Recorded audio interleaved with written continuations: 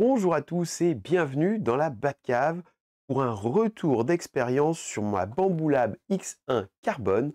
On se retrouve tout de suite après le générique. Walou Miniature.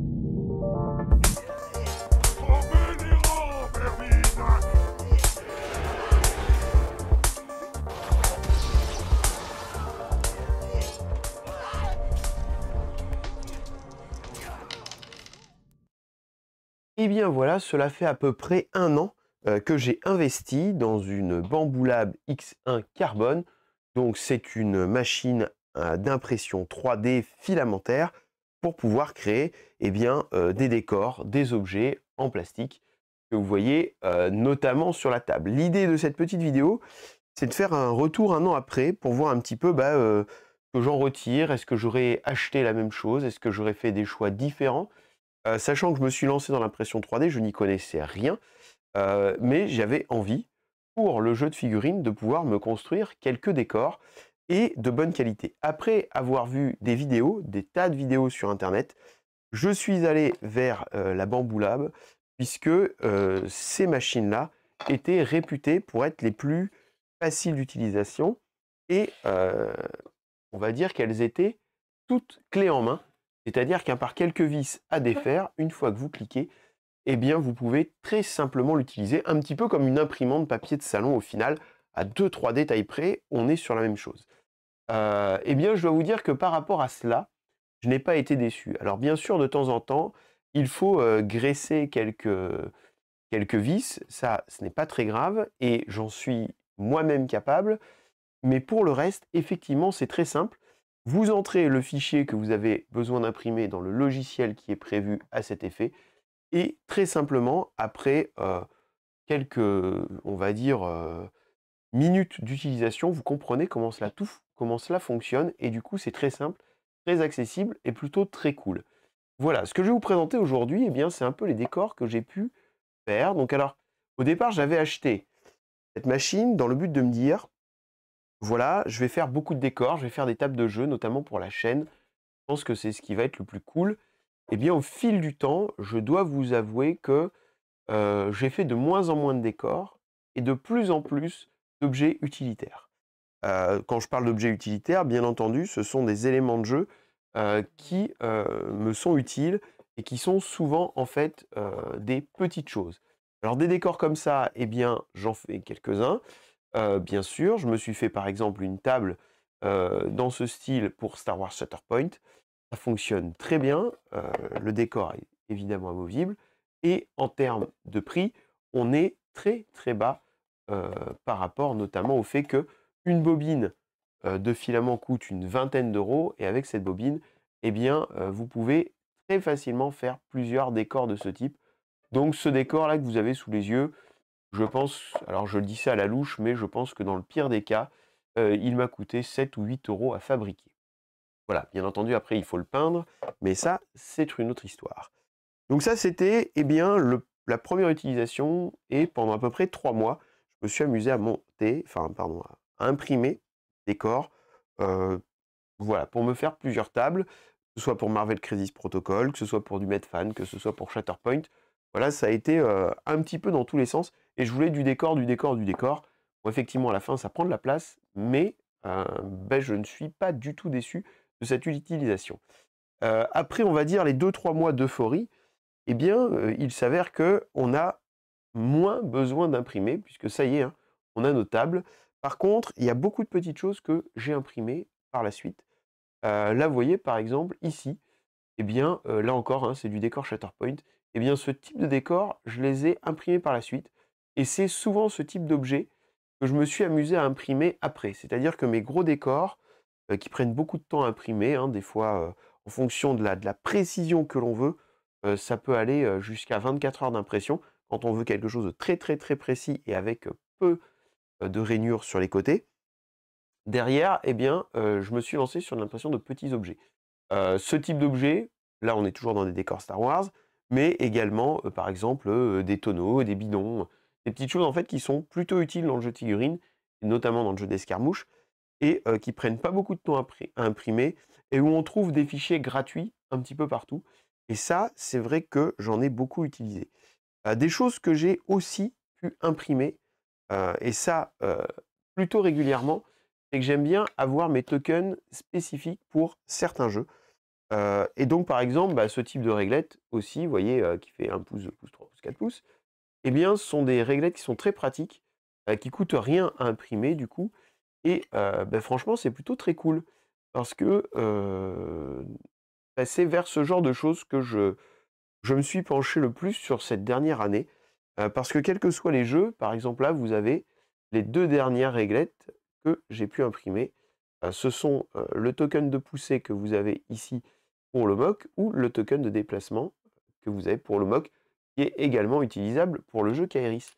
Voilà, donc en fait ce type, d'utilisation pour moi a été, l'utilisation principale de mon imprimante, c'est-à-dire l'ensemble des tokens, heu, quel que soit le jeu, hein. J'ai été sur V for Victory, donc toutes les réglettes possibles et imaginables de déplacement aussi et donc ça, c'est plutôt, très chouette. En tout cas, je suis très content de cette partie-là de l'impression. La partie aussi où j'ai pu imprimer, quelques éléments, c'est notamment, en fait, les plateaux de mouvement. Vous voyez? Alors, là, bien sûr, c'est pour The Old World, mais quand vous imprimez vos propres plateaux, eh bien, on est très loin, des prix prohibitifs, de Games Workshop et donc là, c'est plutôt, chouette. On peut se les fabriquer soi-même. Celui-là, c'est moi qui ai conçu le plateau.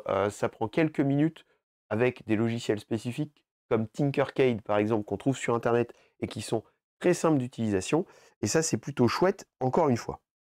Voilà. Au-delà de ça, bien sûr, il y a une deuxième utilité, que j'ai pu trouver à mon imprimante 3D, puisqu'effectivement, ce n'est pas que pour le jeu de figurines. Eh bien, ce sont tout un tas d'objets, heu, que j'ai pu avoir, alors notamment pour les enfants, et là, en période d'Halloween, à plus forte raison, par exemple, vous avez, eh bien, ce type de lunettes là que vous imprimez, des lunettes un petit peu gadget, mais qui permettent aux enfants de faire des déguisements. Un ocarina, qui fonctionne, hein, qui fonctionne réellement. Je ne vais pas vous faire le supplice de souffler dedans à l'écran, mais il fonctionne. Donc là aussi, c'est des objets que vous trouvez gratuitement sur internet, que vous pouvez imprimer, ou encore ce type d'objet, voilà, qui est en fait vous pouvez mettre une bougie à l'intérieur et là encore, vous voyez, en fait, là où la plupart des objets, paraissaient gadgets, on arrive vers des éléments d'impression qui sont vraiment, bah, d'une qualité et d'une finesse remarquables, et là encore, la matière que vous avez utilisée pour créer cet objet, je pense que vous êtes en dessous de 2 €, tout simplement. Voilà, quand on parle purement et simplement de matière. Voilà, donc globalement, j'étais plutôt satisfait et je partage ça avec vous. Même quelques gadgets, en fait, très rigolos. Par exemple, pour, la dernière rencontre au Holomoc, il fallait venir avec un papillon. Eh bien, j'ai imprimé, ce petit nœud papillon. Voilà, alors après évidemment, j'ai rajouté le petit cordon, mais j'ai imprimé ce nœud papillon, qui, et bah, fait son petit effet et donc il y a autant de possibilités en impression 3D qu'on peut avoir d'imagination et ça, c'est plutôt cool. Cependant, tout n'est pas si simple et n'est pas si rose et c'est pour ça, hem, que je voulais après partager un petit peu mon expérience sur certaines choses. Quand j'ai acheté ma Bambu Lab, je voulais en fait acheter un petit peu l'overkill, c'est-à-dire que j'ai été vers la X1 Carbone, la machine qui était à peu près à 1 300 €, qui était déjà en réduction aux alentours, de 1 000 €. Et bien, cette machine-là, elle est vraiment très, très cool. Elle est ultra performante, mais on a des objets, enfin des machines qui sont un peu moins chères et qui font la même chose pour moins cher que ça. Attention, quand je parle de la X1 Carbone, donc je vais cliquer dessus, moi, j'ai acheté uniquement la partie imprimante. Je n'ai pas été acheter la partie avec plusieurs filaments dessus parce que, déjà, c'est quelque chose qui a eu plusieurs bugs. Voilà, je préfère vous le dire et imprimer en plusieurs couleurs, au départ, je ne voyais pas l'utilité puisque mon but était d'imprimer des décors et quand vous imprimez 2 couches successives, eh bien, vous pouvez le faire tout simplement tout seul en changeant les bobines, et donc moi, sur les objets qui ont 2 couleurs, ça fonctionne très bien. Bien sûr, si vous voulez aller sur des choses beaucoup plus complexes, eh bien, il vous faudra, le petit support en plus, mais il est à un certain prix et franchement, comme vous pouvez de toute façon le rajouter plus tard, je pense que c'est pas intéressant d'acheter l'AMS dès le départ. Par contre, si j'avais aujourd'hui à acheter la même imprimante, eh bien, j'irai vers un produit différent. Pourquoi différent? Parce que la X1 carbone, en fait, eh bien, comme son nom l'indique, elle vous permet d'aller imprimer jusqu'à du carbone. Elle permet d'imprimer des matières souples, des matières très rigides, tout un tas de matières très complexes qui vous sert à faire plein de choses. Dans les faits, en un an d'utilisation, je n'ai pas utilisé une fois des matières différentes que du PLA classique. Voilà. Et donc très simplement, eh bien, à mon avis, il serait plus intéressant, si vous voulez partir dans ce type de produit, d'aller vers eh bien, la Bamboo Lab A1 ou la A1 Mini, si votre objectif n'est d'imprimer que des petites choses. Les deux sont très performantes et tout aussi performantes que la X1 Carbone en termes de qualité et de finesse d'impression. La différence, c'est que eh bien, le plateau est ouvert, ça c'est pas très gênant, mais que vous ne pouvez, on va dire, imprimer que des matériaux les plus classiques. La Mini, elle va être très intéressante pour tous les petits objets, les petits tonneaux, etc. parce que le volume de plateau est assez petit. Et là où sur la X1 Carbone, on a un plateau qui est assez volumineux et qui peut imprimer en 25 par 25, ici, vous avez un plateau beaucoup plus restreint en termes de volume. Je vous laisserai chercher la taille exacte, mais on est sur quelque chose de très petit. Par contre, à l'inverse, je pense que le produit assez intéressant et entre guillemets plutôt rentable, eh bien, ça va être la Bamboo Lab A1 parce que celle-ci, vous êtes aux alentours de 300 € si vous l'achetez. Alors, de la même manière, pas besoin d'avoir la partie multicolore au départ. À mon sens, seule l'imprimante seule vous suffira, à mon avis, largement. Et vous êtes sur un budget qui est aux alentours de 300 € pour pouvoir imprimer l'ensemble de vos décors, de vos tokens, etc. Si on prend par exemple les décors, le type de décor que moi j'ai imprimé, il vous coûte à peu près 7 €. Si vous l'achetez sur une boutique, eh bien, vous en serez très facilement et très vite rendu à 15 € ou 20 €. Et donc, en imprimant une vingtaine de gros décors, vous êtes pas loin d'avoir remboursé votre machine. Voilà. Et ça, du coup, eh bien, que ce soit en achat personnel ou en achat associatif, ce sont, je pense, des choses qui se réfléchissent. Parce que du coup, eh ben, ça peut être très intéressant et je vais pas dire rentable parce que ce genre de machine n'est jamais rentable, que vous allez avoir de toute façon à racheter du fil, etc.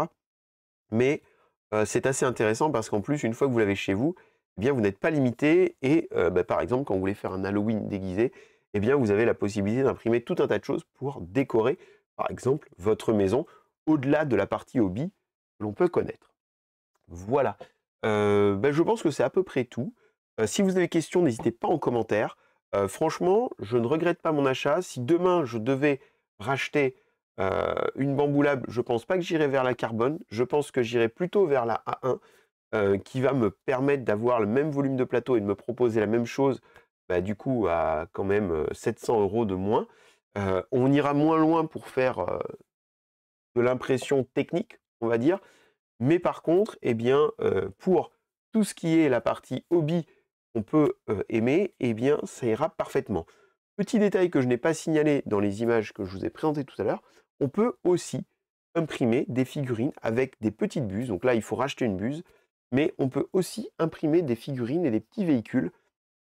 Par exemple, si vous voulez des figurines alternatives pour Star Wars Shatterpoint, eh bien, vous pouvez, imprimer, par exemple, un Obi-Wan Kenobi avec ce matériel. Attention, c'est assez grossier, ce n'est pas très fin, mais pour dépanner, eh bien, c'est assez chouette. Ça n'aura pas la même qualité que la résine, mais si vous n'êtes pas très regardant sur la finesse des détails, eh bien, ça peut être malgré tout intéressant pour vous. Voilà, j'espère que ce retour d'expérience, vous a plu. Si vous avez aimé, n'hésitez pas à mettre un pouce. N'hésitez pas à vous abonner à la chaîne si ce n'est pas encore le cas, pour voir notamment les rapports de bataille et les retours d'expérience de différents objets qu'on a pu utiliser et avec lesquels on a pu jouer sur la chaîne. Et en tout cas, je vous dis à bientôt dans la Batcave pour l'Illuminature. Salut à tous et bonne journée.